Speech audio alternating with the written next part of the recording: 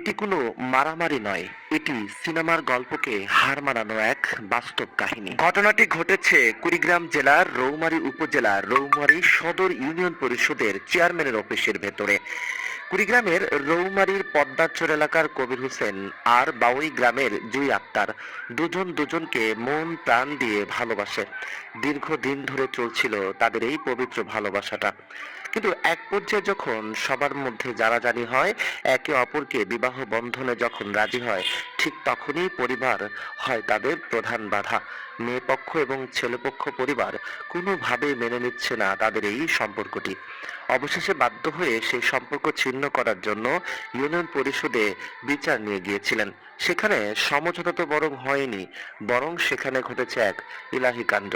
ছেলে এবং মেয়ে দুই প্রেমিক প্রেমিকা এমন ভাবে জড়িয়ে ধরেছে, কেউ কাউকে ছাড়ছেন না। প্রয়োজনে জীবন দিবে, তবুও কোনোভাবেই যেন তারা দুজন দুজনকে ছাড়ছেন না। এরপর আঘাত করছেন, মারছেন, দুই পরিবারই ধস্তাধস্তি করছেন দুজনকে ছিন্ন করার জন্য। কিন্তু দুজন দুজনকে এমন ভাবে বুকে আঁকড়ে দিয়েছে, বুক থেকে যেন ছাড়বেই না। কিন্তু তাদের পরিবারগুলো কিভাবে দেখেন দুজনকে আঘাত করে দুজনকে আলাদা করতে চাচ্ছে, কোনোভাবেই যেন তারা দুজনকে ছাড়ছে না, তারপরেও চেষ্টা চালিয়ে যাচ্ছে। আমাদের সমাজের মানুষগুলো কেন জানে না প্রেম এ তো স্বর্গ থেকে আসে, স্বর্গেই চলে যায়।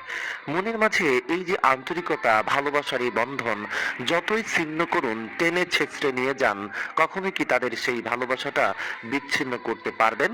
শুধুমাত্র এই বাবা মারা এমন ভালোবাসা মেনে না নেওয়ার কারণে বাংলাদেশে শত শত যুবক যুবতীরা বিষ পানে বা ফাঁস লটকে আত্মহত্যার শিকার হচ্ছে। দীর্ঘ কয়েক ঘন্টা বিচারিক কার্যক্রম পরিচালনা করার পর অবশেষে সেই মেয়ে পক্ষ আর ছেলে পক্ষ দুজনকে আলাদা করে নিয়ে গেছে।